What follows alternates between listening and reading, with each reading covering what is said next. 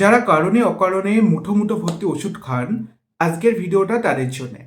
অকারণে হয়তো মাথা ব্যথা হচ্ছে, থাকতে পারছেন না, একটা সেরোডন খেয়ে নিচ্ছেন বা কোনো একটা মেডিকেশন আপনি নিচ্ছেন উইদাউট কোনো প্রেসক্রাইব বা উইদাউট কোনো কিছু ছাড়া।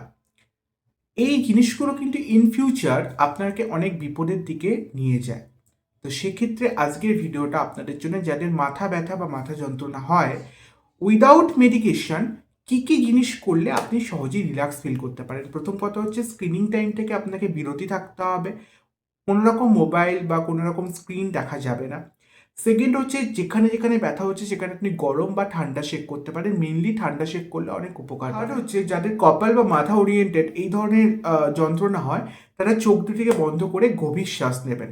এবং ফোর্থ হচ্ছে, আদা, সিনেমান পাউডার টাইপ যত ধরনের যে চাগুলো হয় বা টিগুলো হয়, এই টিগুলো, হার্বাল লাইফ যে টিগুলো হয়, এই টিগুলো আপনি খেতে পারেন। এটা আপনার কিন্তু স্ট্রেসটাও অনেক কমাবে, অ্যাংজাইটিটা কমাবে এবং এই যন্ত্রণা বা মাথা যন্ত্রণা থেকে কিন্তু অনেক রিলিফ ফিল করাবে।